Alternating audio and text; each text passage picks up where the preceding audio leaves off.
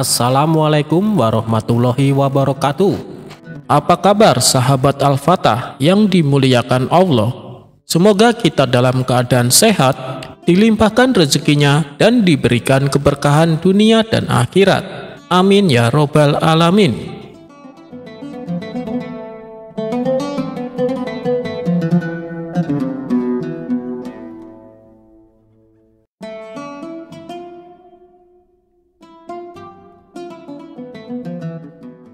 Pada suatu ketika, tetangga Abu Nawas yang kaya raya akan mengadakan sebuah pesta besar-besaran.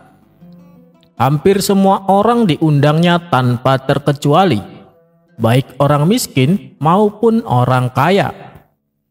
Akan tetapi ia lupa mengundang Abu Nawas. Padahal dengan hati berdebar-debar, Abu Nawas sudah tak sabar menunggu undangan dari tetangganya yang kaya raya itu. Namun hingga acara pesta dimulai, Abu Nawas masih belum juga mendapatkan undangan. Ia pun akhirnya mengambil kertas kosong dan memasukkannya ke dalam amplop. Kemudian ia bergegas pergi menghadiri acara pesta tersebut. Singkat cerita, ketika akan memasuki gerbang rumah tetangganya, ia dicegat oleh beberapa petugas keamanan. "Maaf tuan, bisa tunjukkan surat undangannya?" pinta salah satu petugas. "Waduh, aku tidak membawanya," jawab Abu Nawas. "Kalau begitu tuan tidak diperkenankan masuk," balas petugas keamanan. "Tapi aku membawa surat penting untuk majikanmu, dan ini harus aku yang memberikannya secara langsung," tutur Abu Nawas. Akhirnya, beberapa petugas keamanan mengantarkan Abu Nawas ke tempat aula yang besar, di mana para tamu sedang menghadiri pesta. Abu Nawas pun lalu menempati salah satu kursi yang di depannya terdapat banyak hidangan di atas meja. Tanpa menunggu lama, ia langsung makan sekenyang-kenyangnya bersama para tamu yang diundang. "Alhamdulillah, akhirnya aku bisa menikmati hidangan yang lezat ini," kata Abu Nawas merasa puas. Tak berapa lama kemudian sang tuan rumah datang menghampiri Abu Nawas. "Wahai Tuan Abu, kapan datang? Silahkan dimakan hidangan ini," sapa tuan rumah. "Terima kasih banyak, barusan aku sudah memakannya," jawab Abu Nawas. "Oh iya Abu Nawas, aku dengar kata petugas yang berjaga, kau membawakan surat penting untukku. Bolehkah aku melihatnya?" kata tuan rumah. Abu Nawas pun segera memberikan amplop yang sudah dipersiapkan dari rumah. Namun ketika amplop dibuka, si tuan rumah merasa heran. "Apa kau yakin surat ini untukku? Masalahnya tak tertulis namaku di sini," tanyanya memastikan. "Iya, itu memang untukmu," jawab Abu Nawas. "Tapi kenapa tidak ada nama pengirimnya ya? Dan juga kertasnya tidak ada tulisannya?" tanya si tuan rumah kembali.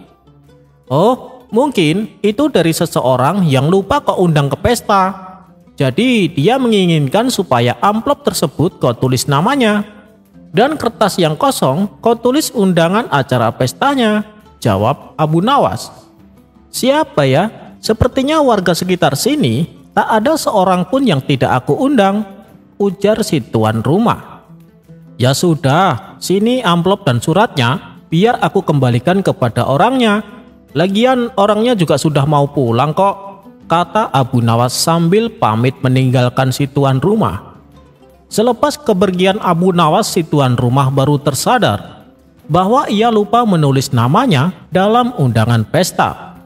Abu Nawas, ada-ada saja caramu untuk mengingatkanku," gumamnya dalam hati.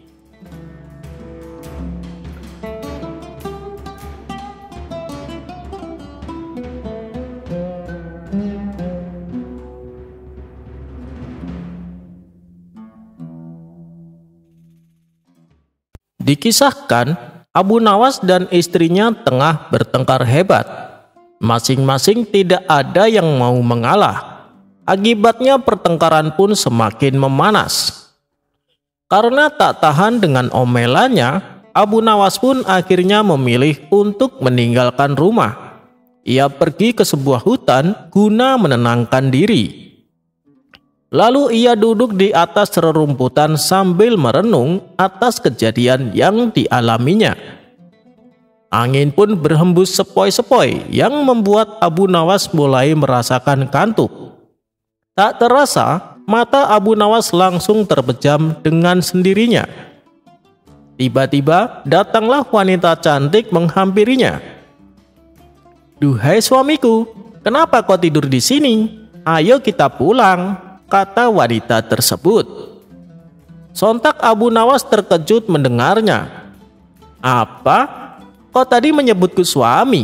Apa aku tidak salah dengar?" tanya Abu Nawas.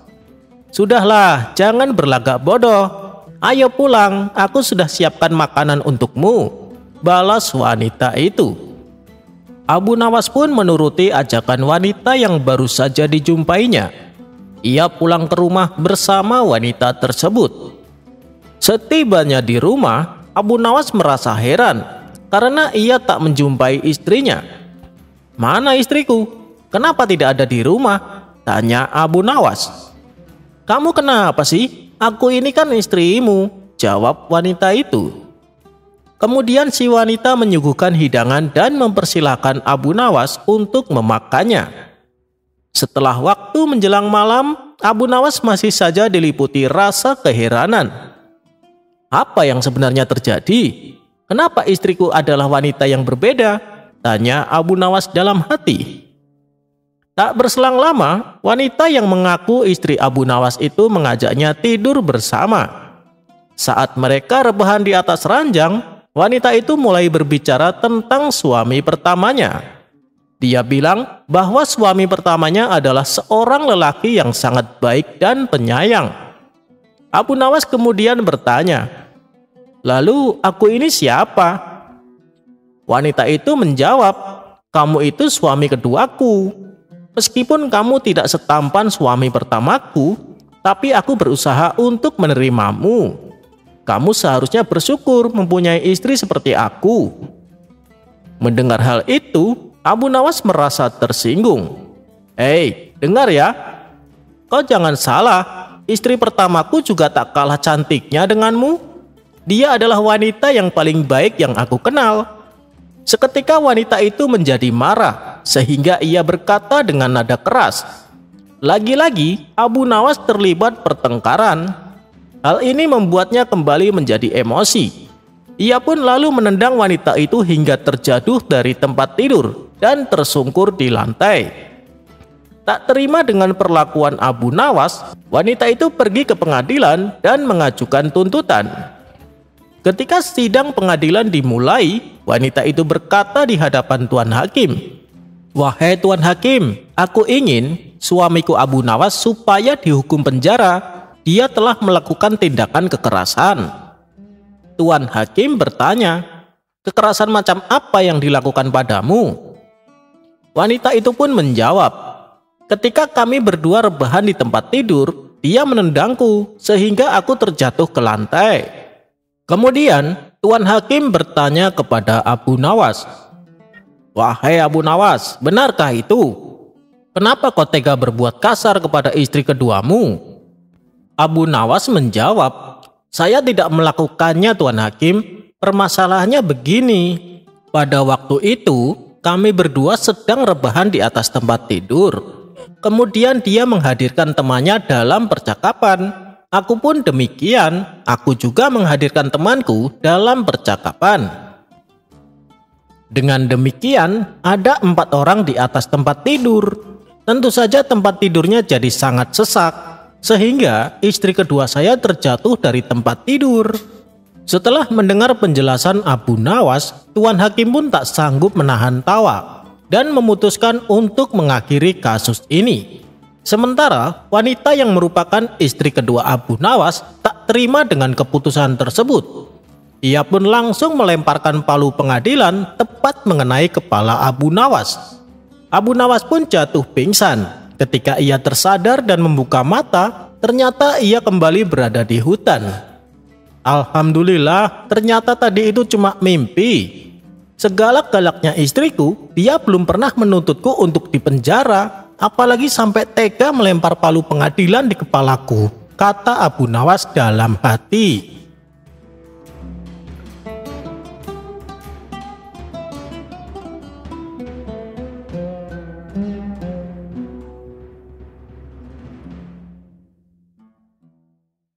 Diceritakan suatu hari Abu Nawas diminta Baginda Raja untuk memecahkan persoalan yang sedang menimpa kerajaan.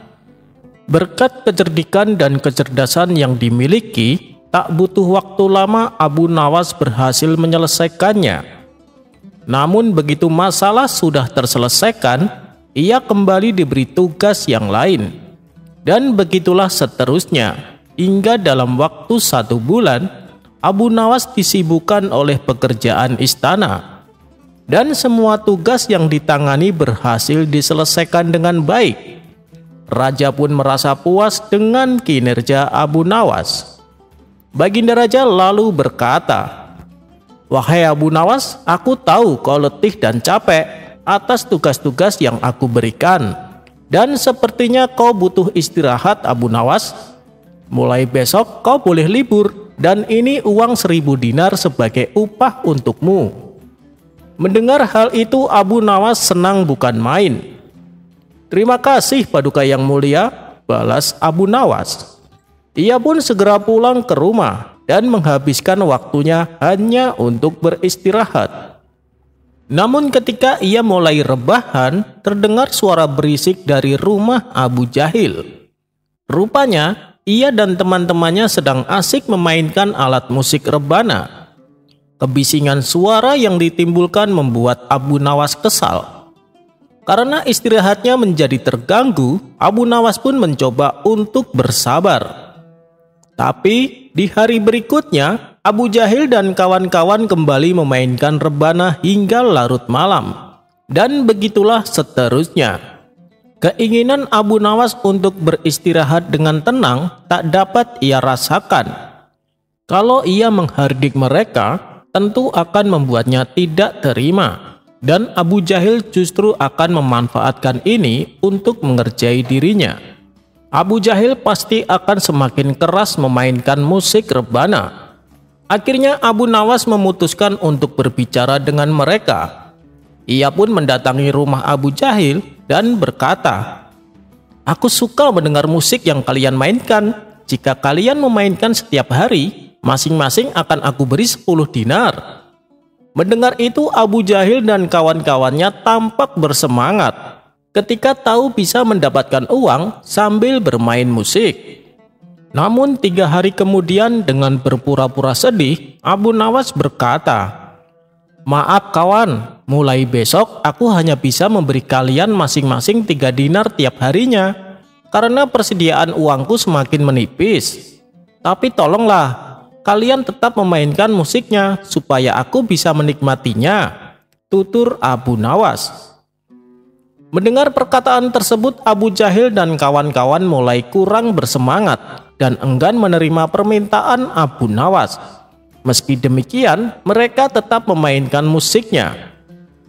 Seminggu kemudian, Abu Nawas kembali mendatangi Abu Jahil dan kawan-kawannya. "Aku benar-benar minta maaf kawan, mulai sekarang aku hanya bisa memberi kalian masing-masing 1 dinar tiap harinya."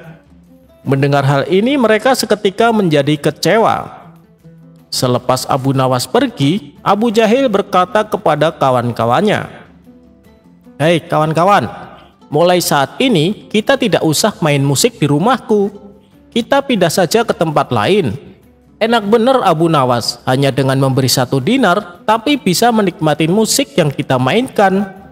Akhirnya sejak saat itu Abu Nawas bisa beristirahat dengan tenang, tanpa ada gangguan suara bising dan berisik yang ditimbulkan oleh Abu Jahil dan kawan-kawannya.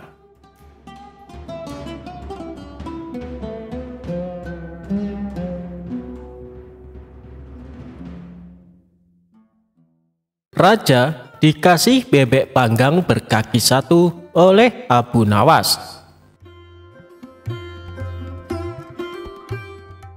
Suatu hari, Baginda Raja dikasih makanan lezat bebek panggang berkaki satu dari Abu Nawas. Berawal Abu Nawas diminta istrinya mengantarkan bebek panggang itu kepada Baginda Raja. Abu Nawas agak malas, sebab dia sendiri makan tanpa lauk. "Sudahlah, supaya Baginda Raja makin sayang sama kau suamiku," ujar istri Abu Nawas. Abu Nawas pun mengalah. Dengan berat hati ia menenteng bungkusan bebek panggang yang menggoda seleranya itu. Diam-diam Abu Nawas tidak tahan juga. Biar saja ku ambil pahanya yang satu itu," pikir Abu Nawas sembari mematahkan kaki itik tersebut. Tanpa pikir panjang, Abu Nawas pun memakannya.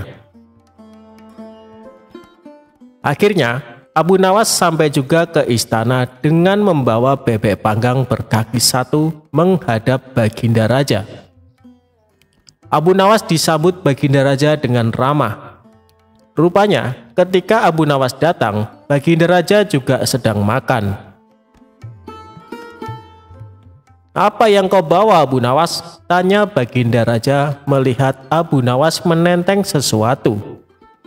Tanpa banyak cakap, Abu Nawas menyerahkan bawaannya kepada Baginda Raja.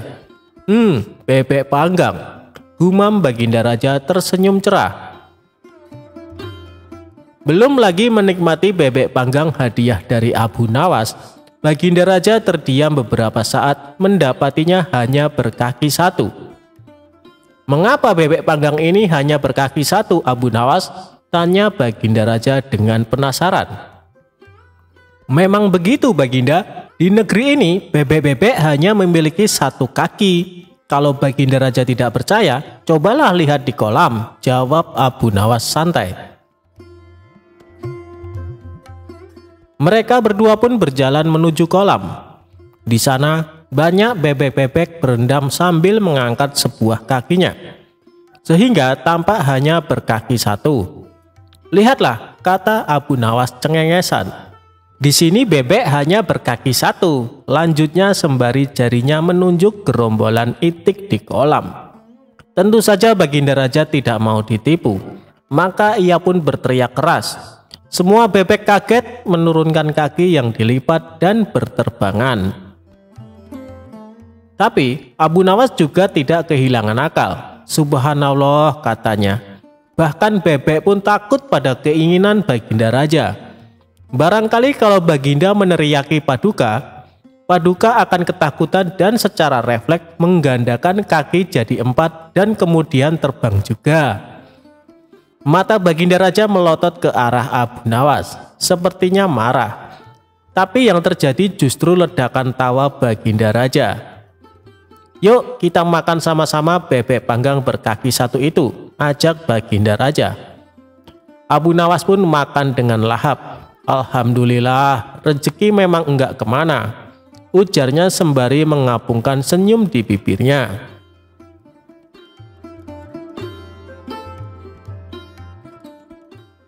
Abu Nawas anti hujan. Sejak peristiwa penghancuran barang-barang di istana oleh Abu Nawas yang disaksikan oleh Baginda Raja, saat itu pula Baginda Raja sangat kesal dan ingin segera untuk menangkap si tersangka yaitu Abu Nawas agar dijebloskan ke dalam penjara karena ulah dari tingkah lakunya. Sudah menjadi hukum bagi siapa saja yang tidak sanggup melaksanakan titah Baginda Raja, apalagi sampai membangkang kepada sang raja, maka tak disangsikan lagi bahwa ia akan mendapatkan hukuman.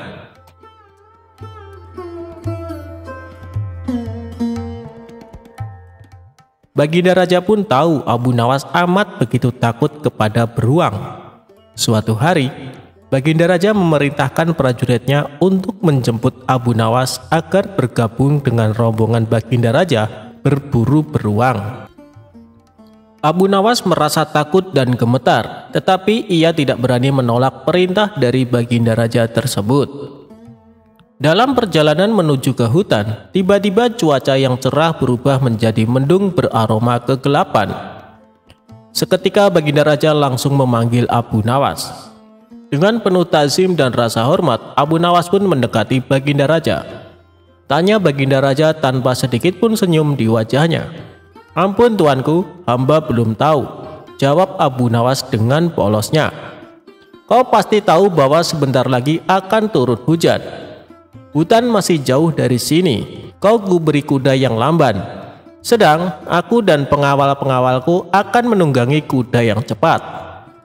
Nanti pada waktu makan siang kita berkumpul di tempat peristirahatanku. Bila hujan turun, kita harus menghindarinya dengan cara kita masing-masing agar pakaian kita tetap kering. Sekarang mari kita berpencar," Baginda Raja menjelaskan. Kemudian Baginda Raja dan rombongan mulai bergerak dan berpencar. Abu Nawas kini tahu Baginda Raja akan menjebaknya. Lalu ia harus mencari akal. Ia pun memutar otak cerdiknya. Dan ketika Abu Nawas sedang berpikir, tiba-tiba hujan pun turun. Begitu hujan turun, Baginda Raja beserta rombongannya segera memacu kuda mereka masing-masing untuk mencapai tempat perlindungan yang terdekat. Tetapi karena derasnya hujan, Baginda Raja dan para pengawalnya basah kuyup. Ketika waktu makan siang tiba, Baginda Raja bersegera menuju tempat peristirahatan. Belum sempat baju Baginda Raja dan para pengawalnya kering, Abu Nawas datang dengan menunggang kuda yang amat lamban. Baginda Raja dan para pengawalnya seketika terperangah terkejut, kebingungan karena baju Abu Nawas tidak basah sama sekali. Padahal dengan kuda yang paling cepat pun, Baginda Raja beserta para pengawalnya tidak bisa mencapai tempat berlindung yang paling dekat sekalipun. Pada hari berikutnya, Abu Nawas diberi kuda yang cepat yang kemarin ditunggangi oleh Baginda Raja sendiri. Kini Baginda Raja dan para pengawal-pengawalnya menunggangi kuda-kuda yang lamban. Setelah Abu Nawas dan rombongan kerajaan berpencar, hujan pun turun seperti kemarin. Ini hujan lebih deras daripada hari kemarin. Baginda Raja dan para pengawalnya lagi-lagi basah kuyup karena kuda yang mereka tunggangi tidak bisa berlari dengan kencang. Pada waktu makan siang tiba, Abu Nawas pun tiba di tempat peristirahatan lebih dahulu daripada Baginda Raja beserta rombongannya. Kemudian Abu Nawas menunggu Baginda Raja.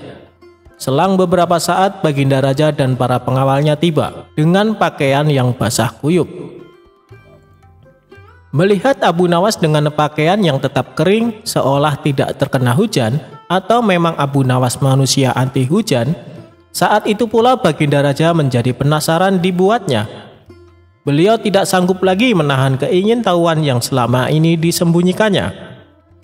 "Terus terang bagaimana caranya kamu menghindari hujan, wahai Abu Nawas?" tanya Baginda dengan penuh rasa penasaran. "Mudah tuanku yang mulia," kata Abu Nawas sambil tersenyum. "Sedangkan aku dengan kuda yang cepat saja tidak sanggup untuk mencapai tempat berteduh terdekat, apalagi dengan kuda yang sangat lamban ini," tegas Baginda Raja. "Hamba sebenarnya tidak melarikan diri dari hujan, Tuan, tetapi begitu waktu hujan turun, lalu hamba secepat mungkin melepas pakaian hamba dan bersegera melipatnya, lalu mendudukinya. Ini hamba lakukan sampai hujannya berhenti," ungkap Abu Nawas. Diam-diam Baginda Raja akhirnya mengakui kecerdikan Abu Nawas.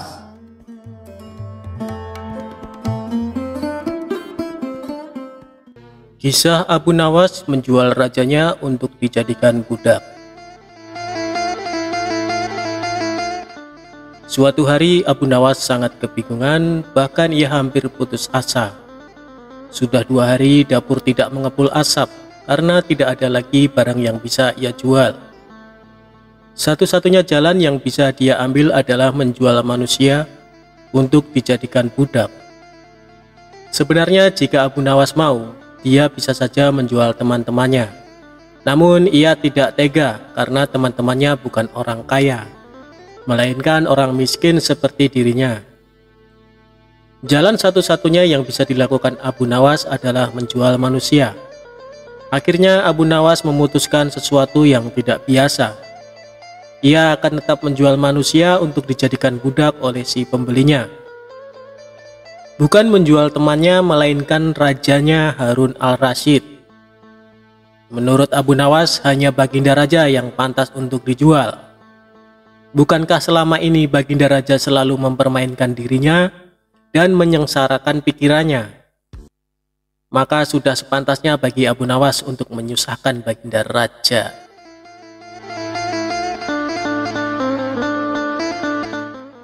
Abu Nawas mencari cara agar bisa menjual Baginda Raja Harun al-Rasyid.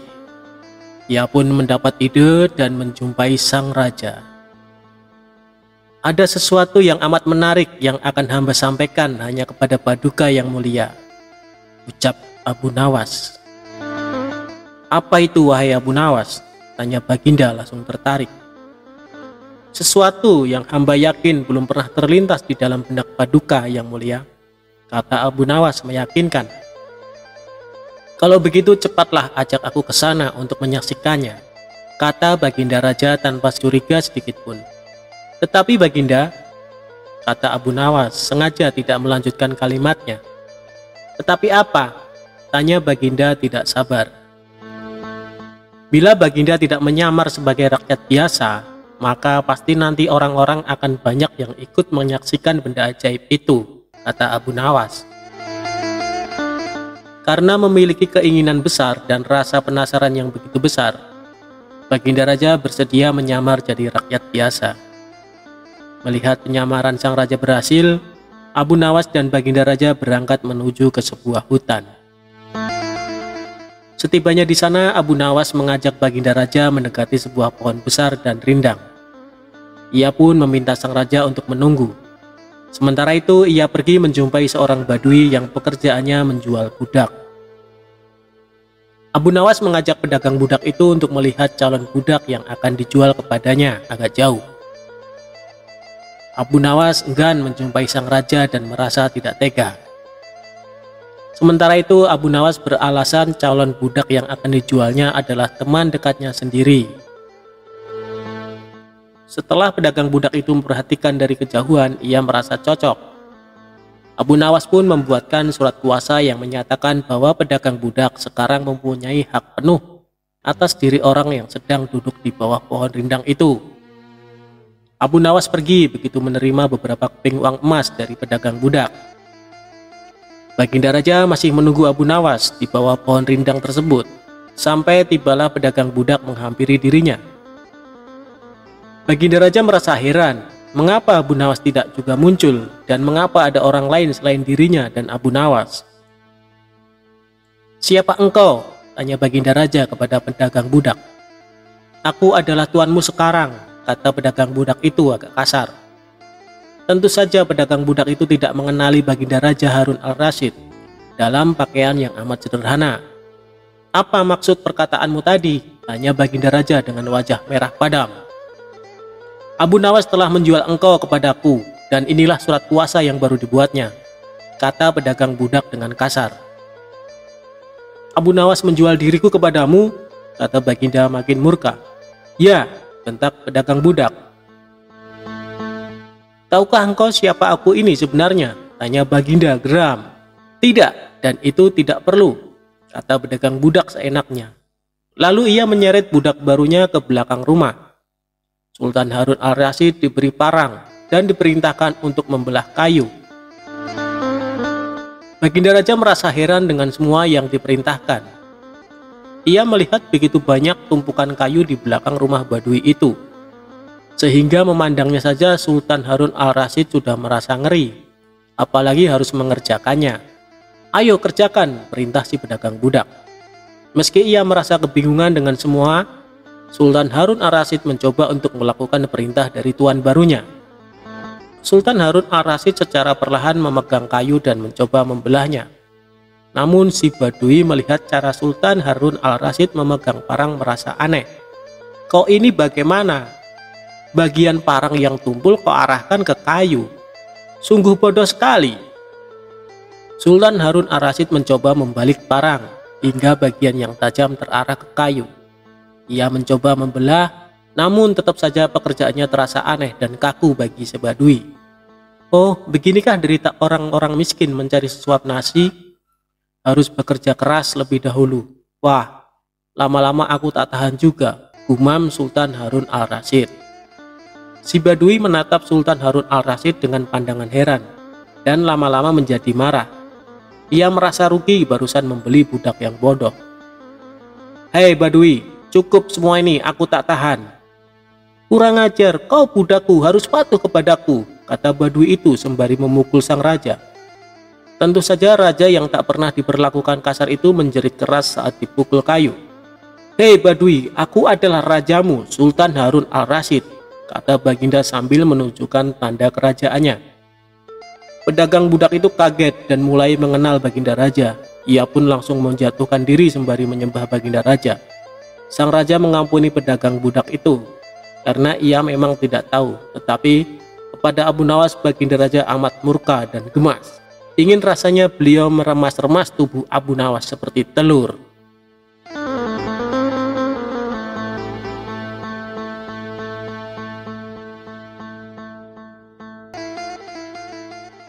Pada suatu hari, Abu Nawas dengan santai menyisir jalanan kota. Ia mendapat perintah dari Baginda Raja untuk memantau keadaan rakyatnya. Tiba-tiba, langkahnya terhenti tepat di depan lapangan yang tengah penuh dengan kerumunan warga. Abu Nawas penasaran dengan apa yang terjadi di sana. Ternyata di lapangan itu tengah ada pertunjukan monyet ajaib. Monyet ajaib ini dapat memahami bahasa manusia dan hanya patuh kepada perintah tuannya saja.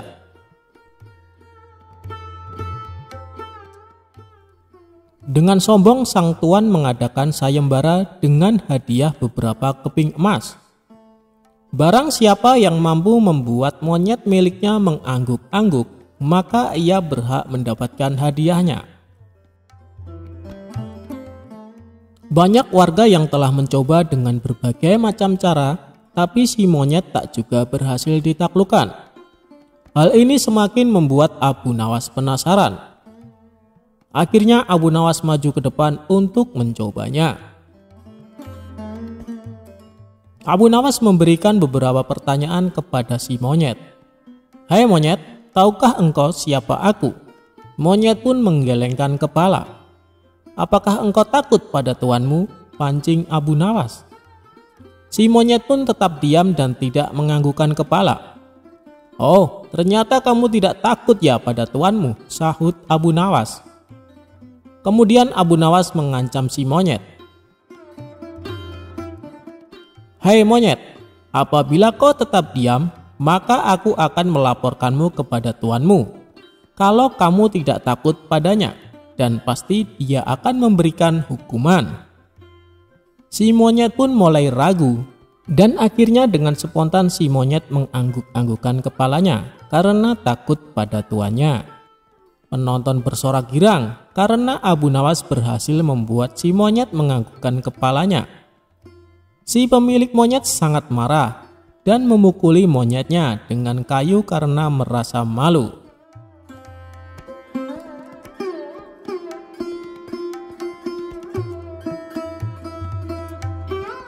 Sandal ajaib Abu Nawas.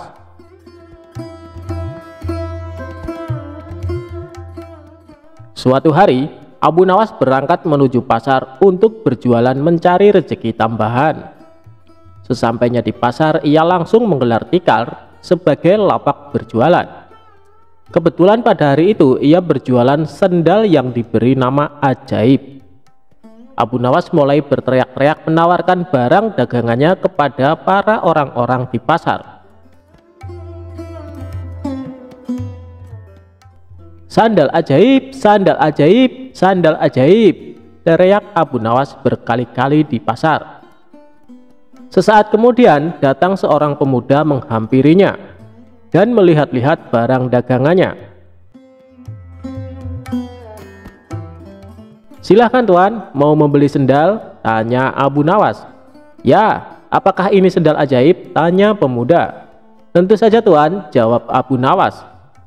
Saya ingin mencari sendal yang bisa merubah hidupku yang miskin ini, kata pemuda itu. Apa maksud tuan? Tanya Abu Nawas lagi. Saya ini sudah lama hidup miskin dan ingin sekali kaya raya.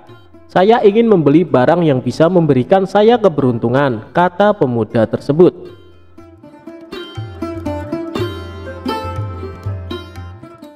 Sejurus kemudian, Abu Nawas menunjukkan salah satu sendal ajaibnya. Ia mengatakan bahwa sendal itu akan membuat pemiliknya dari tidak berada menjadi berada. Karena tertarik dengan kata-kata Abu Nawas, tanpa pikir panjang, pemuda tersebut langsung membeli sendal ajaib yang dijual Abu Nawas. Pemuda itu langsung memakai sandal ajaib tersebut, kemudian meninggalkan Abu Nawas dan berkeliling kampung dengan harapan semoga keberuntungan segera berpihak kepadanya. Pemuda tersebut terus-menerus berjalan mengitari kampung-kampung dengan menggunakan sandal ajaibnya. Namun harapannya tidak kunjung terwujud juga. Bukannya keberuntungan, si pemuda malah mendapat kemalangan. Ia hampir saja dihakimi warga karena dikira pencuri yang sedang wirawiri mengintai mangsa.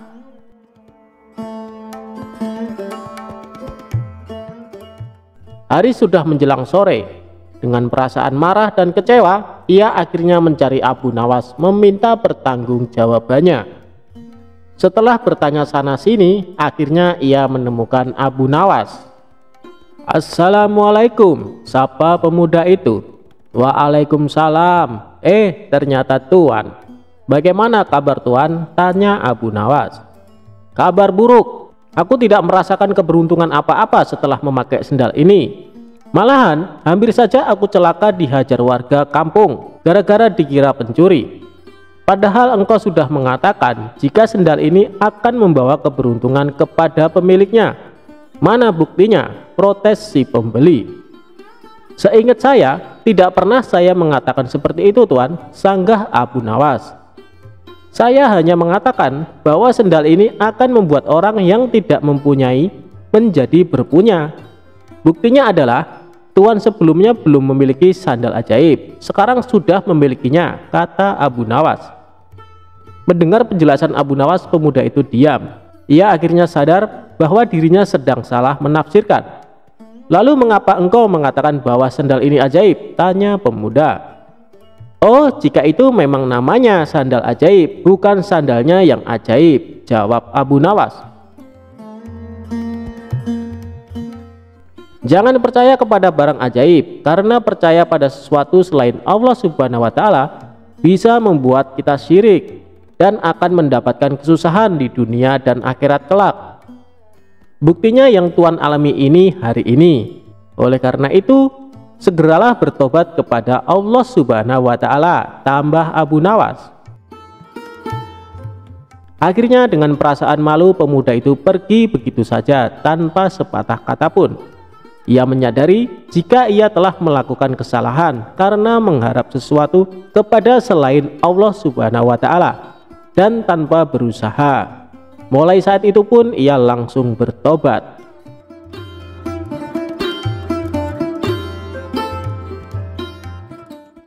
Abu Nawas minta bantuan malaikat langit untuk lempar batu ke pencuri.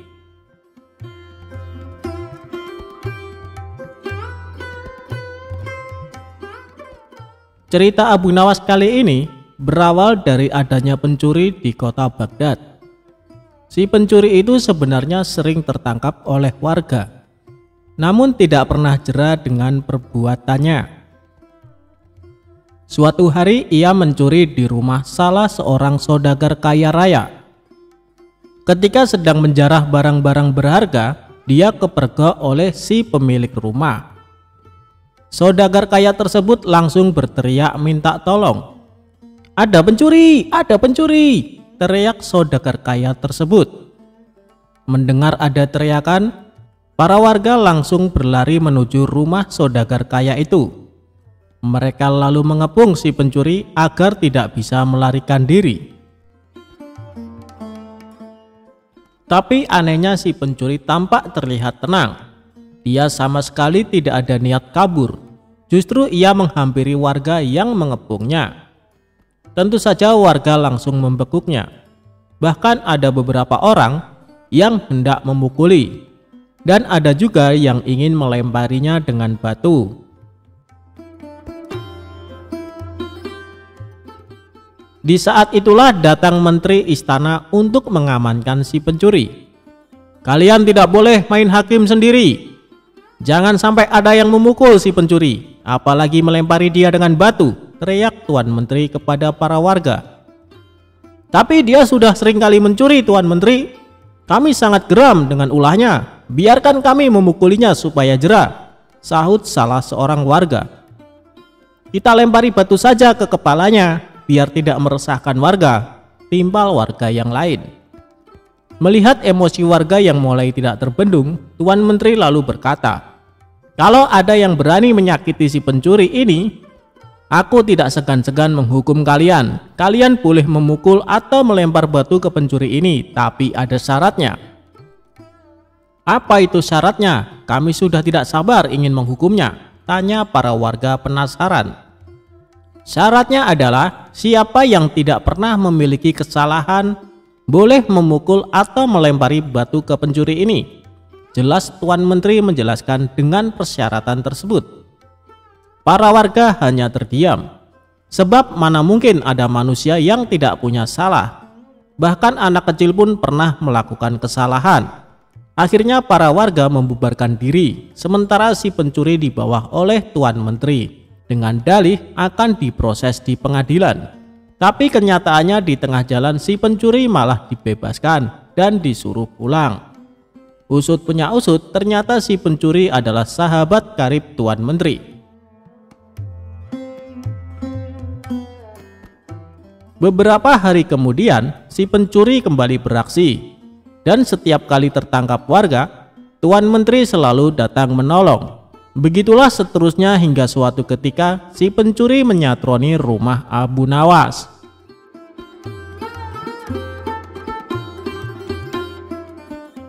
Kebetulan saat itu Abu Nawas baru saja mendapat hadiah emas dari Baginda Raja. Ketika si pencuri masuk ke rumah dan hendak mengambil emas tersebut, Abu Nawas keburu memergokinya.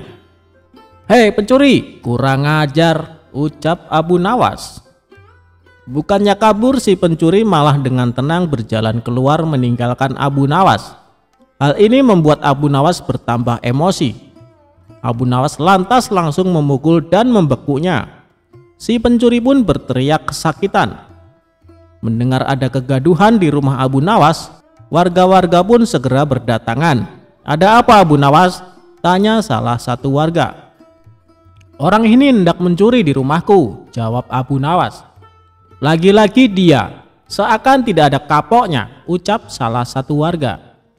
"Tidak lama lagi pasti dibebaskan Tuan Menteri," ujar warga yang lain. "Kita hukum saja rame-rame sebelum Tuan Menteri datang," sahut warga lain. Tapi sayangnya niat tersebut tidak terlaksana, sebab Tuan Menteri dan para pengawal segera mendatangi rumah Abu Nawas. Tuan Menteri lalu mengamankan si pencuri dengan melepaskannya dari tangan warga. Si pencuri kini berdiri di samping Tuan Menteri. "Sudah saya peringatkan berkali-kali, kalian tidak boleh main hakim sendiri. Kalau ada yang berani menyakitinya, aku tidak segan-segan menghukum kalian," ancam Tuan Menteri kepada para warga. "Tapi bagi siapa saja yang tidak pernah memiliki kesalahan selama hidupnya, boleh memukul atau melempar batu ke pencuri ini. Ayo silahkan bila kalian merasa sok suci," bentak Tuan Menteri. Mendengar itu para warga pun terdiam seketika, tapi tidak bagi Abu Nawas. Diam-diam ia mengambil 2 batu besar, lalu dilemparkan ke arah langit secara bersamaan. Saat 2 batu tersebut kembali turun ke bawah, masing-masing mengenai kepala si pencuri dan Tuan Hakim. Sontak si pencuri langsung pingsan jatuh tersungkur. Dari kepalanya keluar darah bercucuran. Begitu juga dengan Tuan Menteri, meski tidak pingsan, dia mengalami sakit yang luar biasa. Dari kepalanya hingga bercucuran darah cukup banyak. "Kurang ajar, siapa yang berani berbuat lancang melempar batu?" teriak Tuan Menteri penuh emosi. Dikarenakan takut menjadi sasaran amukan Tuan Menteri, Orang-orang di sana lalu menunjuk bahwa Abu Nawaslah pelakunya. "Kurang ajar kau Abu Nawas, kau akan mendapat hukuman berat," bentak Tuan Menteri. "Salahku di mana? Kenapa tiba-tiba aku dihukum?" tanya Abu Nawas berpura-pura. "Kamu telah berani melempari kepalaku dengan batu," jawab Tuan Menteri. "Oh itu, bukankah tadi Tuan Menteri mengatakan sendiri, siapa saja yang tidak pernah bersalah selama hidupnya boleh melempari si pencuri dengan batu," balas Abu Nawas. "Jadi kau merasa kalau kamu tidak pernah berbuat salah? Jangan sok suci kamu, Abu Nawas," hardik Tuan Menteri.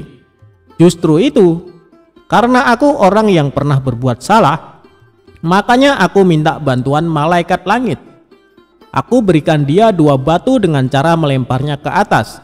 Ketika malaikat langit mengembalikan batu itu ke bawah, ternyata yang kena bukannya pencuri, tapi Tuan Menteri juga ikut kena. Mungkin malaikat langit lebih tahu bila selama ini Tuan Menteri bersekongkol dengan si pencuri," kata Abu Nawas. Mendengar itu Tuan Menteri tidak bisa berkata apa-apa, tapi memendam amarah kepada Abu Nawas. Tuan Menteri ingin menghukum saat itu juga, karena perkataan yang diucapkan Abu Nawas hanya dibuat-buat. Belum sempat Tuan Menteri perintahkan pengawal untuk menangkap, tiba-tiba Abu Nawas berkata lagi, kalau besok-besok dia sampai kedapatan mencuri lagi dan Tuan Menteri menolong dengan alasan akan mengamankannya, maka batu ini bukan hanya akan aku berikan kepada malaikat langit, tapi akan aku berikan juga kepada Baginda Raja, ancam Abu Nawas. Mendengar perkataan tersebut, nyali Tuan Menteri mendadak ciut. Tuan Menteri yang tadinya bersikap garang mendadak berubah menjadi santun, sebab tahu betul betapa dekatnya Abu Nawas dengan Baginda Raja. "Maafkan aku Tuan Abu Nawas, aku pastikan kali ini si pencuri akan mendapat hukuman," kata Tuan Menteri. Sejak saat itulah akhirnya si pencuri menjadi jera dan tidak mengulangi perbuatannya, karena Tuan Menteri sudah tidak berani melindunginya.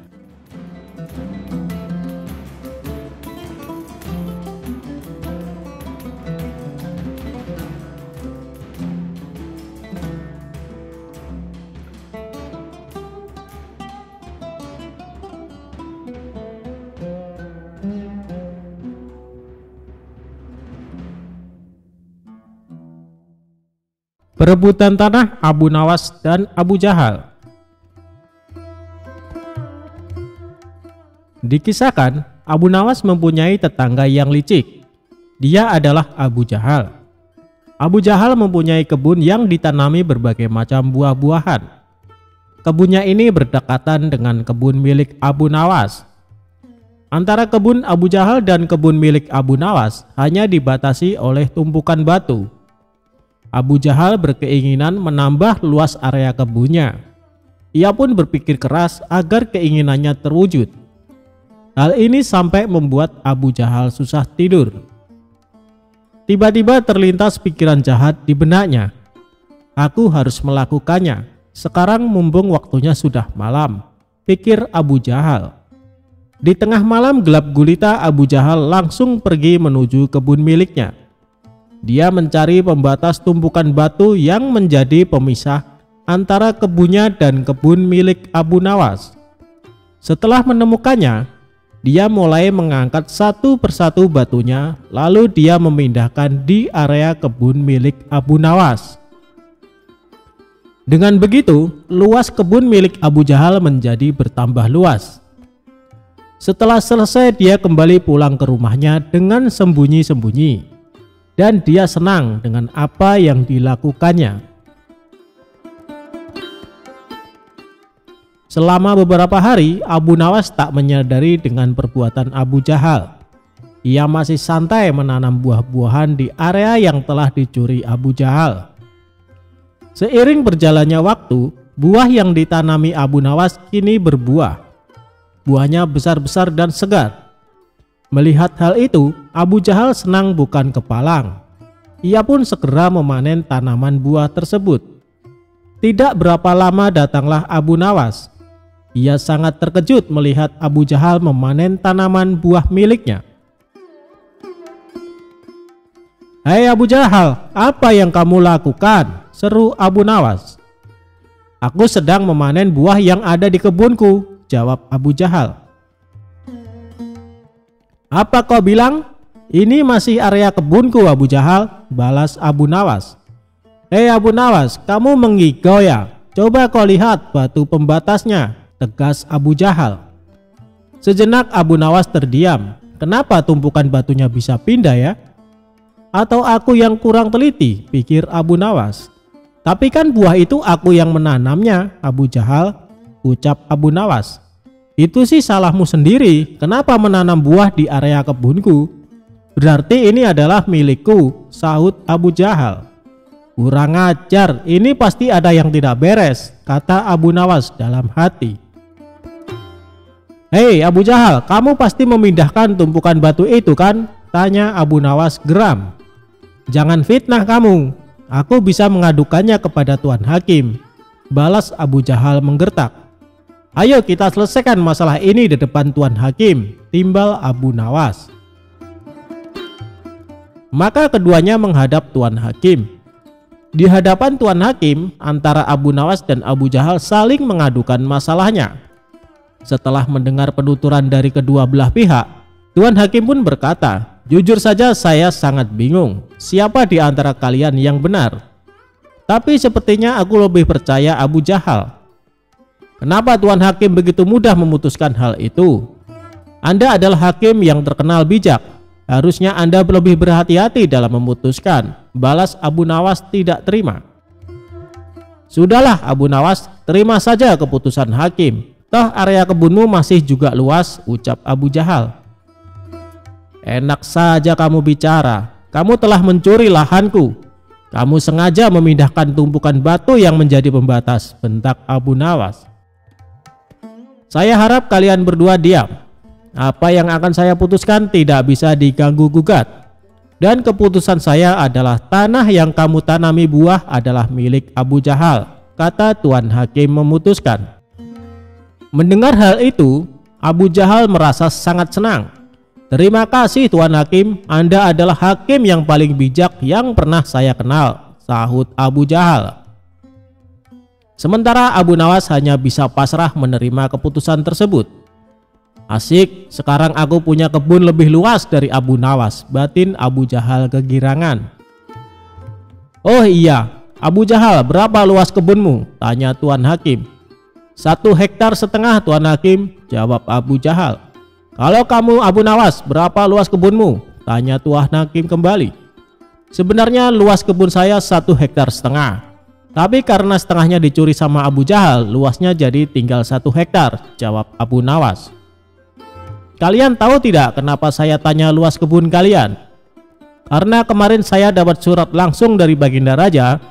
Beliau memerintahkan kepada saya, barang siapa yang mempunyai kebun yang luasnya lebih dari 1 hektar, maka akan disita negara beserta isi-isinya. Dan bagi siapa saja yang menentang peraturan ini akan dihukum mati. Hal ini Baginda Raja terpaksa lakukan karena kondisi keuangan negara sedang krisis, kata sang hakim menjelaskan. Seketika raut wajah Abu Jahal yang tadinya ceria mendadak berubah menjadi terkejut. Waduh, celaka. Aku akan kehilangan kebunku, pikir Abu Jahal ketakutan. Maaf Tuan Hakim, sebenarnya luas kebun saya hanya 1 hektar, tutur Abu Jahal. Tadi kamu bilang katanya luas kebunmu 1,5 hektar, sekarang bilangnya 1 hektar. Kamu jangan main-main Abu Jahal, bentak Tuan Hakim. Saya berani bersumpah Tuan Hakim, kebun saya memang luasnya hanya 1 hektar. Tumpukan batu yang jadi pembatas antara kebun saya dan kebun milik Abu Nawas telah saya pindahkan dari tempatnya, ujar Abu Jahal. Oh begitu. Jadi tanah yang ditanami buah oleh Abu Nawas sebenarnya masih area kebun Abu Nawas, tanya Tuan Hakim memastikan. Benar Tuan Hakim, jawab Abu Jahal. Bagaimana denganmu Abu Nawas? Apakah benar luas kebunmu 1,5 hektar? Tanya Tuan Hakim kepada Abu Nawas. Benar Tuan Hakim, jawab Abu Nawas semakin pasrah. Nah kalau begini kan jelas siapa yang sebenarnya berbohong.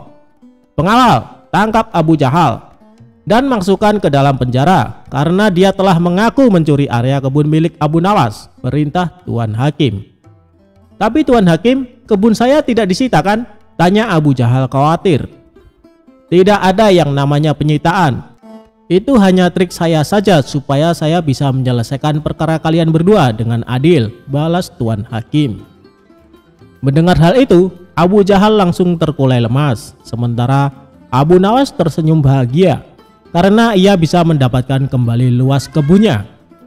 Demikianlah kisah cerdik Abu Nawas melawan Abu Jahal.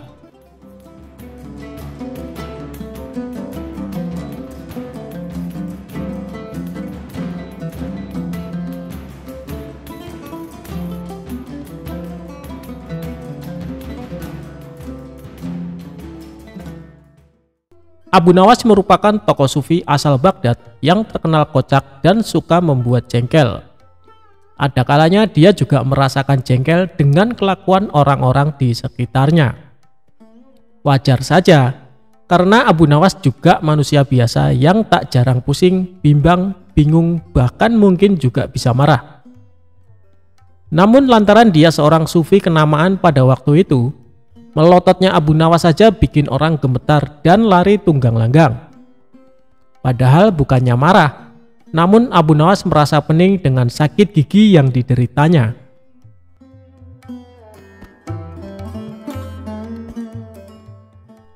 Dikisahkan ada seorang penggembala yang mempunyai masalah dengan pendengaran alias tuli. Namun meski ia tuli sejak lahir, ia tak pernah mengeluh dengan kekurangannya itu. Kegiatan sehari-harinya adalah membawa domba-domba gembalanya di sebuah padang rumput berbukit yang tak jauh dari rumahnya. Pada suatu hari, saat ia sedang mengembalakan domba-dombanya, si gembala tuli merasakan sakit perut. Ia sudah tak kuat menahan untuk buang air besar dan terpaksa harus memutuskan pulang ke rumah untuk membuang hajat. Bak Dayung bersambut. Di tengah-tengah kegalauannya antara harus pulang ke rumah dengan rasa khawatir lantaran harus meninggalkan domba gembalaannya, tiba-tiba ia melihat ada seorang yang tak jauh darinya sedang menyabit rumput. Ia pun menghampirinya dan berkata, "Hai kawan, tolong jaga domba-domba ini ya, dan tolong awasi jangan sampai ada yang berkeliaran hingga tersesat. Aku akan pulang ke rumah sebentar untuk buang air besar," kata penggembala. Diketahui pemotong rumput tersebut ternyata juga tuli. Ia tak mendengar apapun yang pengembala itu katakan. Si pemotong rumput mengira kalau si pengembala mau meminta rumputnya. "Enak saja, mengapa kau tidak memotong rumputnya sendiri? Aku di rumah juga banyak hewan ternak yang harus kuberi makan. Sudah sana pergi, jangan ganggu aku," kata si pemotong rumput sembari menggerakkan tangannya. Karena sama-sama tak bisa mendengar, si penggembala mengira gerakan tangan yang dilakukan oleh si pemotong rumput merupakan isyarat bahwa dirinya menyuruh si penggembala agar cepat pulang. "Terima kasih kawan, engkau benar-benar telah menolongku," kata si penggembala. Maka ia pun bergegas pulang ke rumah. Setelah si gembala menuntaskan hajatnya buang air besar, kemudian ia kembali menemui si pemotong rumput. Si penggembala menghitung domba-dombanya dengan cermat dan ternyata jumlahnya masih lengkap. Sungguh luar biasa pribadi pemotong rumput itu. Ia benar-benar bisa dipercaya. Ia menjaga domba-dombaku tanpa mengharap ucapan terima kasih sama sekali. Sungguh pribadi yang luar biasa, gumamnya dalam hati si penggembala domba. "Oh iya, salah satu dombaku kan ada yang pincang. Lebih baik aku berikan padanya sebagai rasa terima kasihku. Ini akan menjadi makanan yang lezat untuk keluarganya," gumamnya lagi. Si penggembala lalu memanggul domba tersebut dan menghampiri si pemotong rumput. "Hei kawan, terimalah hadiah dariku, karena engkau telah menjaga domba-dombaku," kata si penggembala sambil menunjukkan domba pincangnya. Melihat hal itu, si pemotong rumput malah menjadi marah. "Dasar kurang ajar, aku tak melihat apapun yang terjadi selama kamu pergi. Kenapa kamu malah minta tanggung jawab atas pincangnya kaki dombamu? Dari tadi aku sibuk memotong rumput dan sama sekali tak tahu terkait kejadian yang menimpa pada kaki dombamu. Pergilah, kalau kau mendekat aku akan memukulmu," ancam si pemotong rumput dengan nada emosi. Si penggembala pun heran Kenapa si pemotong rumput malah marah kepadanya? Tiba-tiba lewatlah seseorang dengan menaiki kuda, tapi ternyata dia adalah seorang pencuri kuda yang telinganya juga tuli, dan kuda yang ditungganginya adalah hasil curian. Si penggembala lalu berteriak memanggil si penunggang kuda. "Tuan, tolong katakan padaku, apa yang diucapkan si pemotong rumput ini? Aku ini tuli, Tuan, jadi aku tidak mengerti kenapa ia menolak pemberianku. Bahkan ia marah kepadaku," ucap si penggembala dengan nada emosi. Si pemotong rumput pun tak mau kalah. Ia juga bicara dengan nada teriak kepada si penunggang kuda. "Begini Tuan, dari tadi aku sedang memotong rumput dan tidak tahu apa-apa. Tapi tiba-tiba dia meminta tanggung jawab atas pincangnya kaki domba miliknya. Jelas saja saya marah dituduh seperti itu," ucap si pemotong rumput dengan nada marah juga. Si penunggang kuda kemudian turun dari kudanya dan menghampiri keduanya karena ia jauh.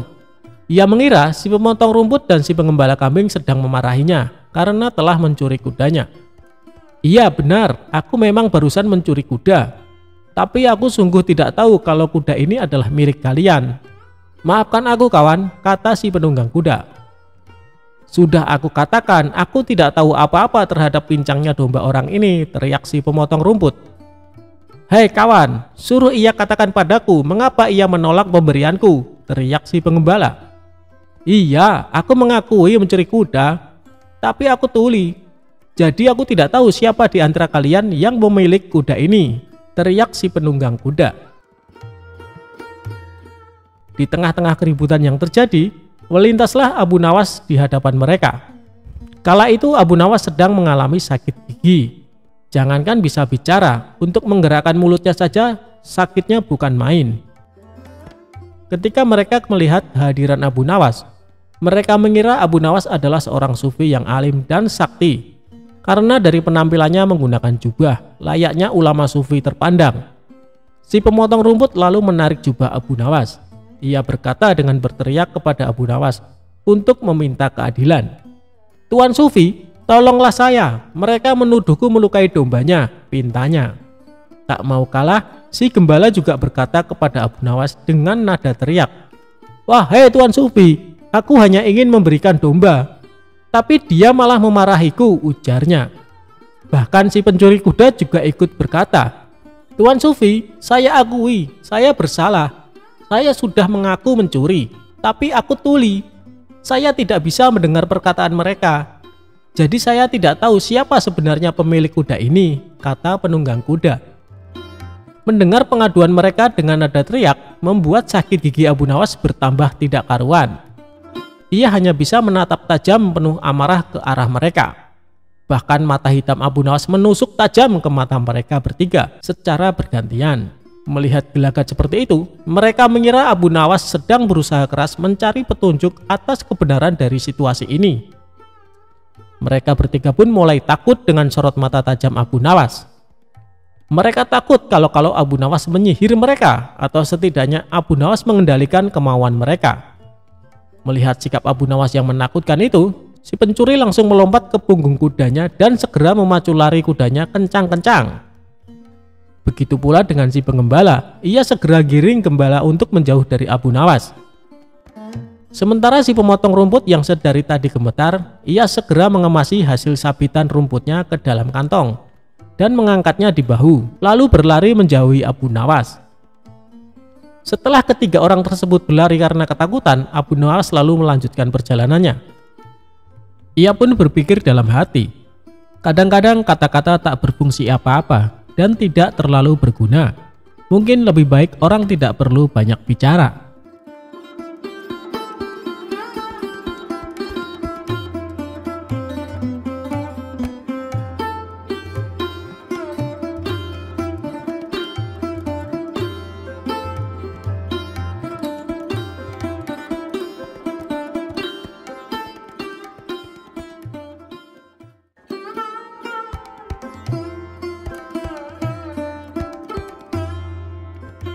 Assalamualaikum warahmatullahi wabarakatuh.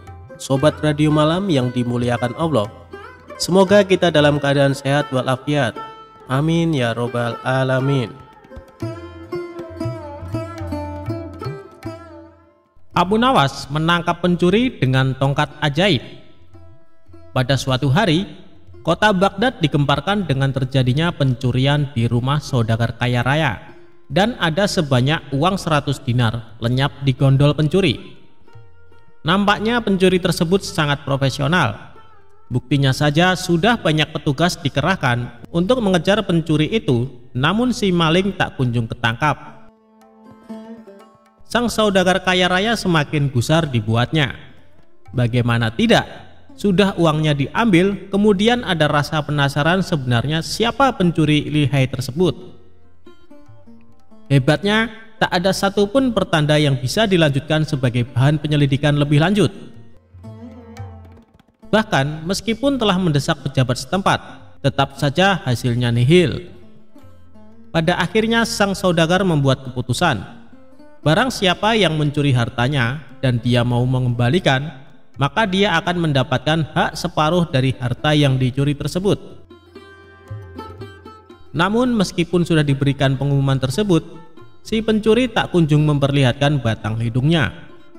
Bahkan si pencuri ini merasa nyaman dan aman karena tak satupun orang yang mengetahui ulahnya. Tidak putus asa, sang saudagar akhirnya membuat sayembara baru. Barang siapa yang berhasil mendapatkan pencuri tersebut, maka dia akan mendapatkan seluruh harta tersebut. Tentu saja sayembara ini sangat menarik warga Baghdad. Banyak sekali orang-orang yang mendaftar untuk ikut andil bagian, termasuk si pencuri itu sendiri. Awalnya si pencuri berniat untuk meninggalkan kota Baghdad dengan membawa harta curiannya. Namun setelah dipikir-pikir, kepergiannya hanya akan membuka aibnya.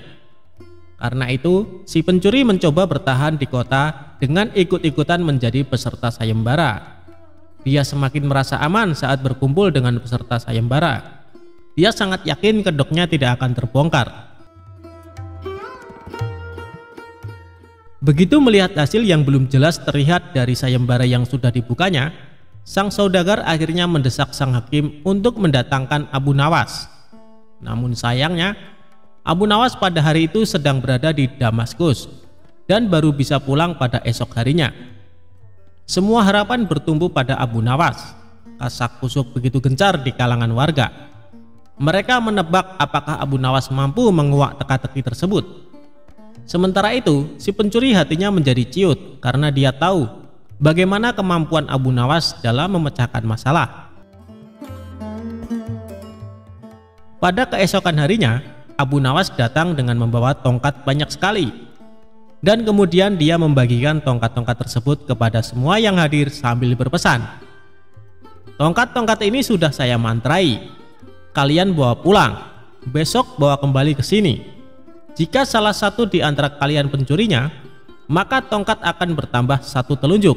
Yang bukan pencuri, maka tidak usah khawatir," ujar Abu Nawas. Kemudian semua warga pulang, dan si pencuri bingung bagaimana bisa lolos di esok hari. Setelah memeras otak, dia memutuskan untuk memotong tongkat tersebut sepanjang telunjuk jarinya. Keesokan harinya, semua warga berkumpul dan mengembalikan tongkat kepada Abu Nawas. Pada saat menerima tongkat dari pencuri tersebut, Abu Nawas langsung menangkapnya karena tongkatnya menjadi lebih pendek. Kemudian si pencuri diadili dengan seadil-adilnya. Akhirnya Abu Nawas berhak menerima uang 100 dinar tersebut. Namun uang tersebut dibagikan kepada fakir miskin di kotanya.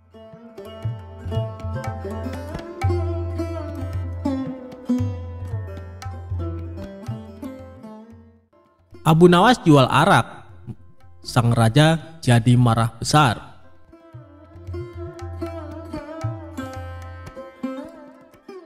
Selalu ada cara yang dilakukan oleh Abu Nawas untuk tidak dimarahi oleh baginda raja.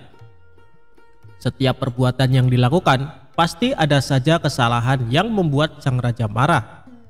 Namun bukan Abu Nawas jika tidak bisa membuat sang raja menjadi marah karena perbuatan Abu Nawas. Abu Nawas sendiri menjadi terkenal karena puisinya yang jenaka dan lucu. tidak berhubungan dengan tema-tema tradisional seperti tema padang pasir, tetapi juga berbicara tentang kehidupan kota dan menyanyikan kegembiraan meminum anggur, serta cinta dari anak laki-laki muda dengan humor nakal.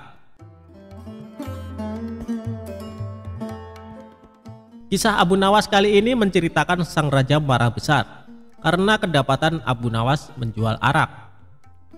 Suatu saat Abu Nawas kepergok membawa botol arak berwarna merah dan sang raja menegurnya. Namun Abu Nawas menyangkal kalau dia membawa arak. Dia menyebutnya air susu yang pemalu. Kecerdasan Abu Nawas benar-benar menghibur Baginda Raja. Suatu ketika, sang raja murka melihat pekerjaan pengawal kerajaan tidak beres. Setelah diselidiki, para pengawal itu ternyata sedang mabuk-mabukan. "Wahai para pengawalku semua, sudah sering kuingatkan kau jangan sering mabuk-mabukan," ujar Baginda Raja. Para pengawal terlihat gemetar, mereka menunduk, tidak berani menatap wajah sang raja karena merasa bersalah. "Ceritakan kepadaku, dari mana kalian mendapat arak itu?" tanya sang raja. Untuk beberapa saat para pengawal itu tidak mau mengaku. Namun setelah raja membentak, para pengawal pun mengaku. "Abu Nawas lah yang membawa arak itu, kami juga diajari mabuk-mabukan olehnya," ujar salah seorang pengawal. "Cepat bawa Abu Nawas ke hadapanku sekarang juga, kalau tidak kalian yang akan menerima hukuman dariku," ujar sang raja. Keesokan harinya para pengawal itu mendatangi rumah Abu Nawas yang sangat sederhana. Sesampainya di rumah Abu Nawas, salah seorang pengawal berkata, "Bawalah botol ini dan katakan ini semua atas perintahmu." "Tunggu dulu, dengan minuman arak ini aku pasti dihukum oleh raja," kata Abu Nawas. "Jika engkau lolos dari hukuman raja, aku akan memberimu sejumlah dinar," ucap sang pengawal. "Lalu apa keuntunganmu memberiku sejumlah dinar?" ucap Abu Nawas. "Jika engkau lolos dari hukuman raja, maka kami juga akan lolos dari hukuman raja. Gunakanlah kecerdasanmu mengelabui raja," kata pengawal itu. Akhirnya Abu Nawas pergi menemui Baginda Raja membawa arak dengan botol merah. "Wahai Abu Nawas, apa yang engkau pegang itu?" tanya Baginda Raja. "Ini susu, Baginda, rasanya enak sekali," jawab Abu Nawas seenaknya. "Bagaimana itu susu? Air itu berwarna merah, sedangkan susu berwarna putih bersih," kata raja. Sang raja pun mengambil botol yang dipegang Abu Nawas. "Betul sang Baginda, susu itu berwarna putih bersih. Dia berubah merah karena malu bertemu Baginda, dan berubah warna jadi merah merona," jawab Abu Nawas dengan mencoba mengambil hatinya raja yang rupawan.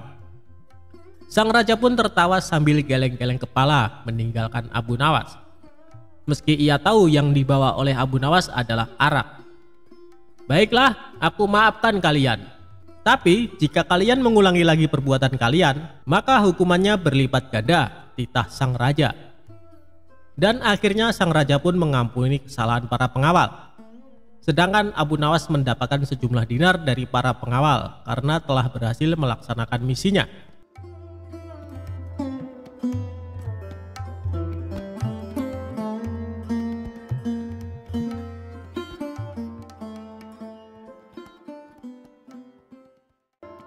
Ketika Abu Nawas disuruh khutbah Jumat.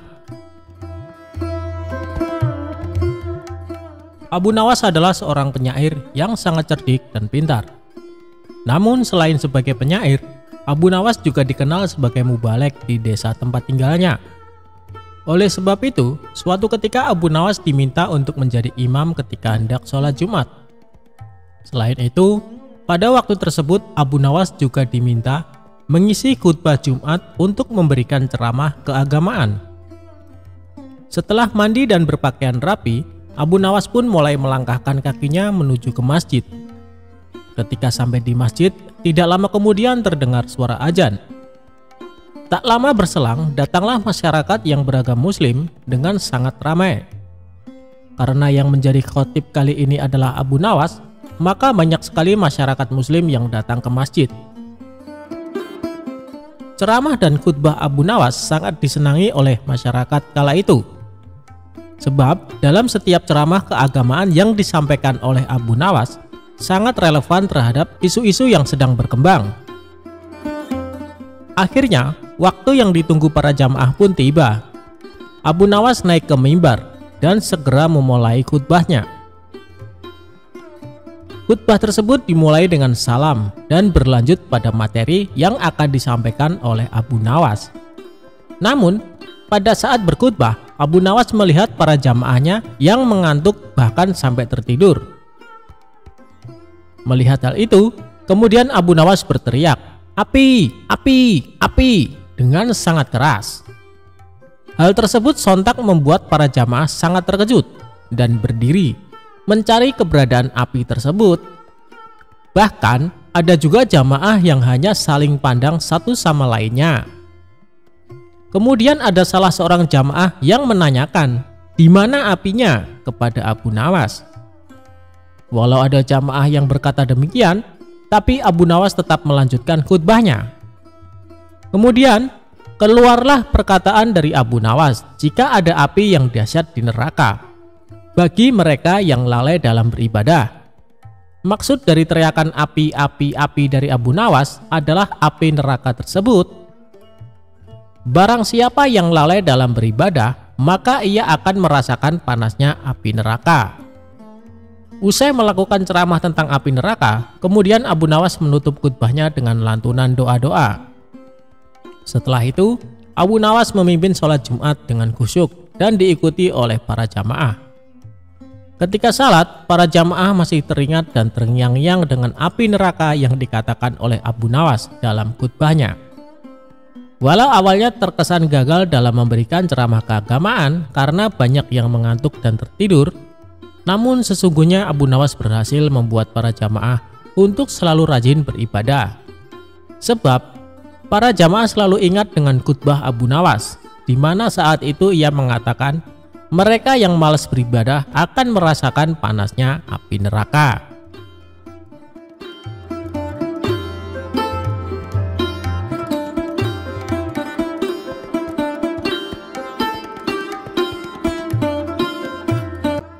Kisah Abu Nawas dihukum raja minum air mendidih.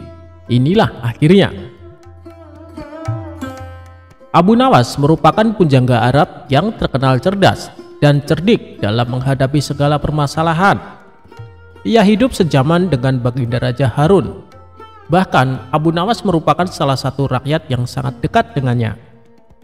Di sisi lain, ia juga salah satu warganya yang sering mendapatkan hukuman dari Baginda Raja. Tapi yang membuat Baginda Raja kesal, Abu Nawas selalu saja bisa lolos dari hukuman karena kecerdikannya. Dan kali ini Abu Nawas kembali melakukan kesalahan. Abu Nawas ketahuan prajurit istana tengah menenggak minuman keras. Dengan cepat, para prajurit ini segera menangkap dan membawanya ke hadapan Baginda Raja. Abu Nawas, kelakuanmu masih saja tidak berubah. Selama ini aku sudah berbaik hati sama kamu. Aku sengaja meloloskanmu dari hukuman karena kamu selalu berjanji tidak akan mengulanginya. Tapi kali ini sudah tidak bisa ditolerir lagi. Apapun alasanmu, kamu tetap akan saya hukum, ucap Baginda Raja. Sementara Abu Nawas hanya terdiam, kepalanya tertunduk tak berani menatap. Kira-kira hukuman apa yang pantas diberikan supaya Abu Nawas kapok dengan perbuatannya? Tanya Baginda Raja kepada penasehat istana. Kemudian penasehat istana mengusulkan, bagaimana kalau Abu Nawas dihukum dengan cara minum air yang mendidih? Ternyata usulan tersebut langsung diterima Baginda Raja. Usulanmu bagus sekali, saya setuju denganmu, kata Baginda Raja. Seketika Abu Nawas langsung pucat, tubuhnya menjadi gemetaran karena sama saja ia akan dihukum mati. Ampun Paduka yang mulia, hamba mohon keringanan hukuman, minta Abu Nawas. Keputusanku sudah bulat Abu Nawas, dan tak bisa ditawar-tawar, balas Baginda Raja. Baiklah Paduka, Kalau itu memang sudah keputusan Paduka, saya terima dengan berat hati. Tapi sebelum saya menjalani hukuman, izinkan saya menemui istri dan anak-anak saya untuk berpamitan, ujar Abu Nawas. Sejenak Baginda Raja terdiam. Ia heran dengan kata-kata Abu Nawas yang berpamitan. Maksudnya bagaimana Abu Nawas? Tanya Baginda Raja merasa heran. Begini Paduka, apabila air mendidih masuk ke dalam perut, bukan hanya lidah dan bibir saja yang akan melepuh, tapi semua organ tubuh di dalamnya juga ikut melepuh. Tidak menutup kemungkinan saya akan mati saat itu juga, jelas Abu Nawas. Baginda Raja pun terkejut, ia tak menyadari akan hal itu. Kasihan juga Abu Nawas, tapi masa saya harus menarik kembali ucapan saya? Itu tidak mungkin. Martabat saya sebagai raja akan jatuh, pikir Baginda Raja. Baiklah Abu Nawas, saya penuhi permintaanmu. Sekarang juga kamu pulang, tapi besok kamu harus sudah ada di sini, titah Baginda Raja. Abu Nawas pun lalu pamit pulang. Sesampainya di rumah, Abu Nawas memberitahu istri dan anak-anaknya tentang hukuman yang akan dijalani. Mengapa Baginda Raja sekejam itu? Kata istrinya tak terima. Sudahlah wahai istriku, bila memang ini sudah takdirku untuk mati, saya harap kamu dan anak-anak mengikhlaskan kepergianku, tutur Abu Nawas. Mereka lalu menangis sambil berpelukan erat. Malam pun semakin larut. Abu Nawas masih belum dapat memejamkan mata. Ia terus meratapi nasib yang tengah dihadapinya. Namun ia terus mencari cara bagaimana supaya bisa lolos dari hukuman Baginda Raja.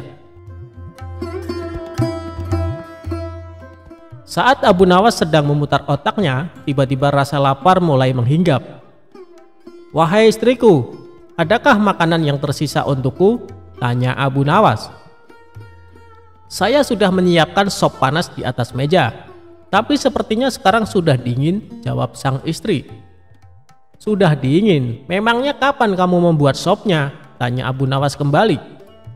Tadi sewaktu habis Isya, ini kan sudah tengah malam, jadi wajar kalau sopnya sudah dingin, kata sang istri memperjelas. Saat itu terbesitlah di otak Abu Nawas akan ide yang cemerlang. Tapi Abu Nawas sengaja tidak memberitahu istrinya, sebab ia tidak ingin rencananya menjadi berantakan. Setelah menjelang pagi hari, Abu Nawas mengumpulkan para tetangganya, dan ia memberitahu mereka bahwa dirinya akan dihukum mati, dan ia meminta agar para tetangganya ini ikut bersamanya ke istana. Berita mengejutkan ini tentu saja membuat para tetangganya kaget. Ia tak menyangka Baginda Raja bisa sekejam itu. Abu Nawas, kamu kan dekat dengan Baginda Raja, kenapa tidak minta ampun darinya? Tanya mereka. Biarlah, nasi sudah menjadi bubur. Baginda Raja juga tidak akan mencabut ucapannya, terang Abu Nawas. Maka berangkatlah Abu Nawas ke istana dengan didampingi keluarga dan para tetangganya. Melihat kedatangan Abu Nawas bersama orang banyak, Baginda Raja pun bertanya, "Hei Abu Nawas, kenapa kau bawa orang banyak sekali? Apakah kau hendak melawanku?" Dengan ekspresi wajah sedihnya, Abu Nawas menjawab, "Ampun Paduka, Paduka jangan salah paham. Mereka semua adalah tetangga saya Paduka. Mereka ingin melepas kepergian saya."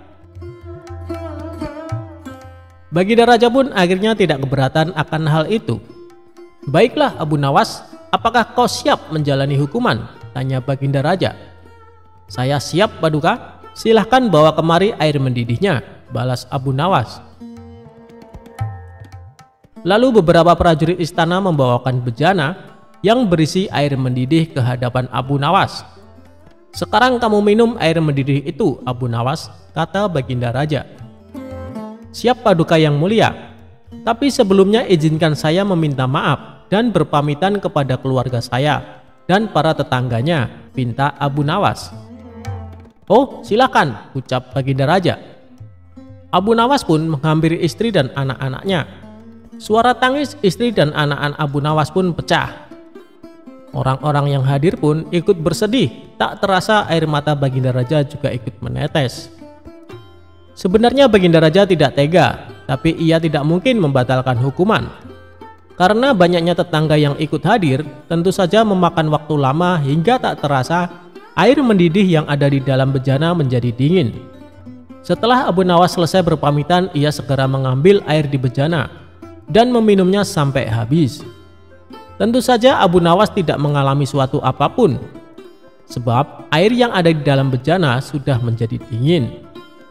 Paduka yang mulia, saya sudah menjalani hukuman, izinkan saya pulang, pinta Abu Nawas.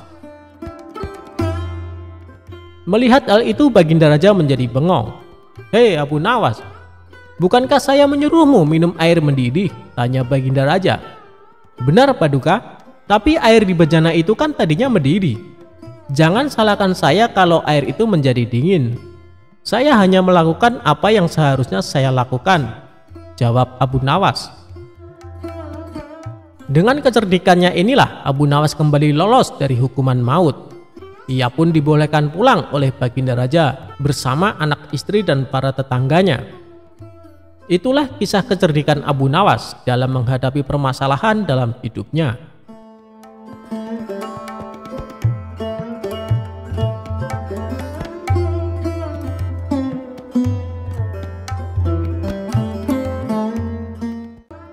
Abu Nawas menipu malaikat untuk menghindari pertanyaan kubur.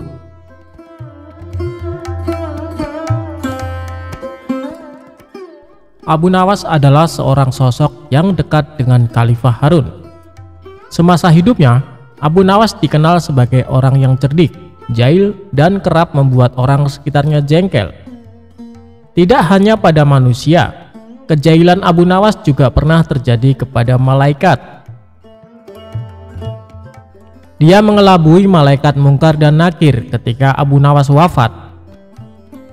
Hal ini bermula ketika Abu Nawas menjadi buronan sang raja yang ketika itu marah kepadanya.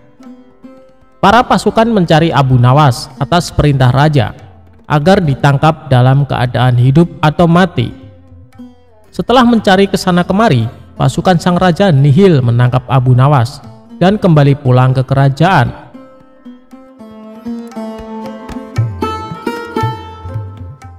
Mengetahui pencariannya berakhir, Abu Nawas pulang ke rumahnya untuk kemudian sholat 2 rakaat. Usai sholat, dia memberikan surat wasiat kepada istrinya. Beberapa waktu pun berlalu dan Abu Nawas wafat. Dari situ, kisah Abu Nawas menipu malaikat pun dimulai.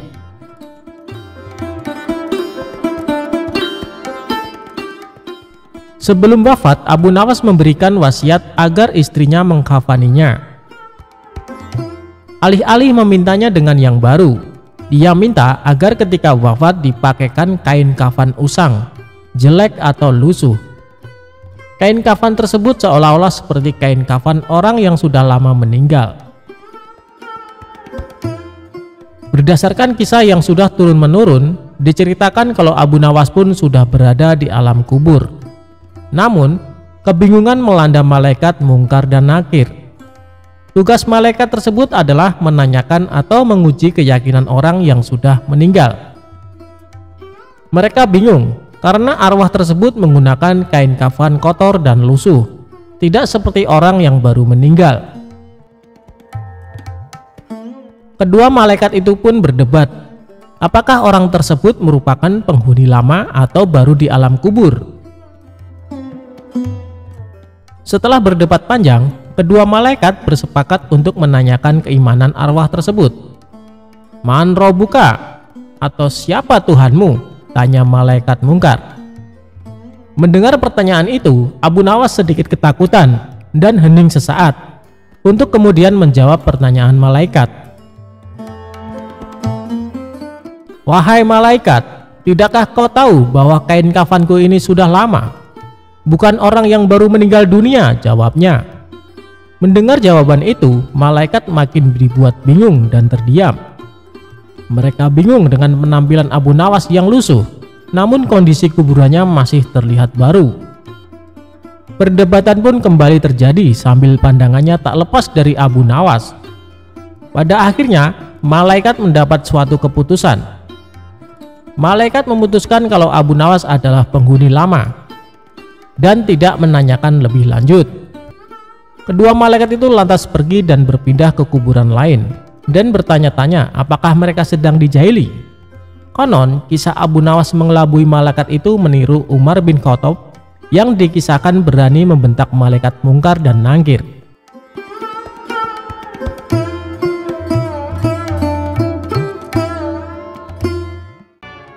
Abu Nawas kok ditipu? Ya ditipu balik pelakunya. Suatu kali, Abu Nawas memutuskan menjual satu-satunya keledai yang biasa digunakan sebagai kendaraan karena dia sangat membutuhkan uang. Istrinya pun menyetujui rencana itu. Dalam perjalanannya ke pasar hewan, dia bertemu seseorang. Orang itu lantas menanyakan harga jual ternak yang disebutnya sebagai kambing. Berkerutlah kening Abu Nawas karena orang itu menyebut keledainya sebagai kambing. Abu Nawas menyanggah bahwa hewan yang dibawanya bukanlah kambing, tetapi keledai. Seseorang tadi lantas menantang Abu Nawas untuk segera menjual hewan itu di pasar. Abu Nawas tentu akan memperoleh harga yang amat murah menurutnya. Abu Nawas meneruskan perjalanannya. Dia tak terlalu menghiraukan seseorang yang baru bicara dengannya tadi. Tak lama berselang, ia bertemu seseorang lagi ketika dia sedang menunggangi keledainya. Dia menanyakan mengapa Abu Nawas menunggangi seekor kambing yang bukan merupakan hewan tunggangan. Abu Nawas tentu saja langsung menyangkal dan menyebut bahwa hewannya itu adalah keledai yang merupakan hewan kendaraan. Orang kedua yang bicara dengan Abu Nawas ini mempersilahkan Abu Nawas untuk menanyakan sendiri kepada orang-orang di pasar, apakah hewannya itu kambing atau keledai. Kali ini Abu Nawas lagi-lagi tak ambil pusing soal kambing atau keledai. Abu Nawas berjalan lagi menuju ke pasar. Belum sampai di pasar, dia bertemu lagi dengan seseorang yang menyaksikan bahwa hewan yang dibawa itu merupakan keledai. Dia menanyakan kepada Abu Nawas, hendak kemanakah kambing itu dibawa? Abu Nawas jadi terperangah dan mulai ragu. Sudah 3 orang menyebut keledainya itu sebagai kambing. Orang ketiga ini terus meyakinkan bahwa hewan yang dibawa Abu Nawas merupakan kambing. Akhirnya di tangan orang keempat, Abu Nawas menjual kambing itu dengan harga 3 dirham. Sesampainya di rumah, Abu Nawas mendapat omelan dari sang istri karena menjual keledai dengan harga sangat murah. Dia baru menyadari kalau dirinya baru saja kena tipu oleh kawanan orang yang telah bekerja sama.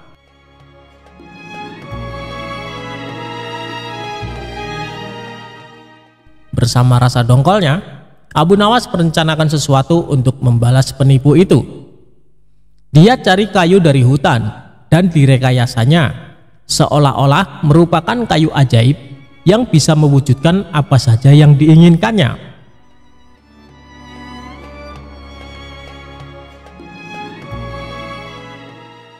Kesempatan pun tiba. Suatu kali, Abu Nawas menyadari bahwa 4 orang yang menipunya sedang berada di satu lokasi dengannya. Aksi pun dimulai dengan menuju warung untuk makan. Usai makan, Abu Nawas yang merasa terus diperhatikan kawanan penipu tersebut menunjuk-nunjukkan tongkat kepada penjual dan langsung ngeloyor pergi tanpa membayar. Hal ini tentu membuat para penipu tertarik. Mereka mendatangi Abu Nawas dan menawar untuk membeli tongkat sakti itu. "Kami bersedia membeli tongkat itu dengan harga tinggi," ujar salah satu dari mereka. "Berapa?" tanya Abu Nawas pura-pura tertarik. 100 dinar, kata mereka. "Mantap."